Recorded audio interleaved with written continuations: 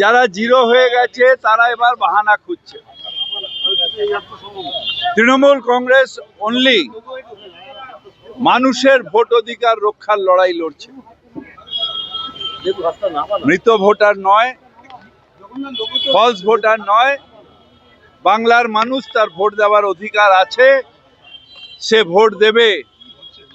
বাংলার মানুষকে এসআইআর এর নামে ভোট কাটা চলবে না।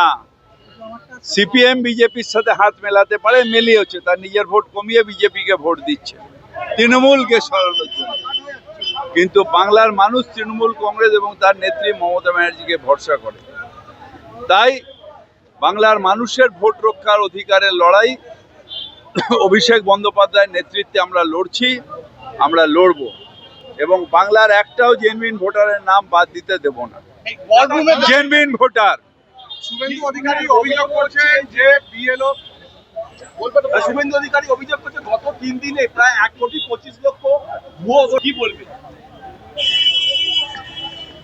নাচতে না জানলে উঠান বেকা। এরা জানে যে এরা হেরে বসে গেছে।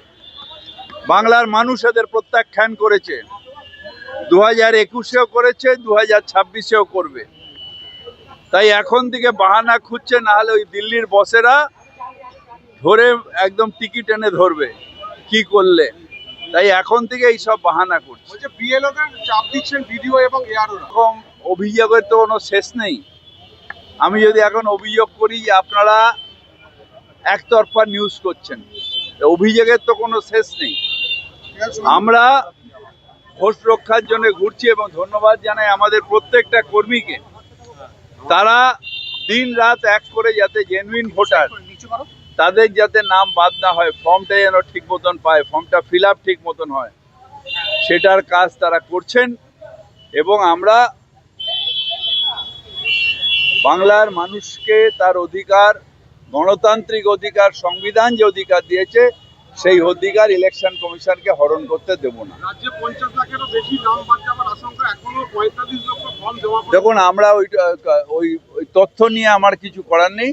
আমার জেনুইন ভোটার যাতে বাদ না যায়। কত নাম বাদ দিয়েছে আপনি এখন কেউ যদি ভুলভাল বকে সব উত্তর আমায় দিতে হবে।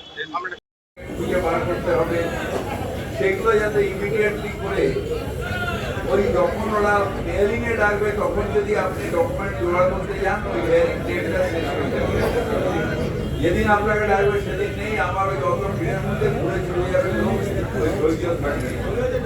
তাই আগের থেকে ডকুমেন্ট আমরা যেন স্ক্রুটিনি করছি, আমরা তো ইলেকশনের সময় স্ক্রুটিনি করি, এরকম কেস দিতে বলা হয় 2002 ভোটার কিংবা বাবা ফ্যামিলি রেফারেন্স, তাদের দরকার নেই। কিন্তু যাদের ওই ভোটটা শুধু ভর্তি হয়েছে, তার মানে তাদের হিয়ারিং আসবে, তাদের যে হিয়ারিং আসবে সেই হিয়ারিং এর ডকুমেন্ট যেন তাদের কাছে ঠিক থাকে। বহু মানুষ যারা শিফট করে গেছে, সেইটা একটা শিফটিং একটা,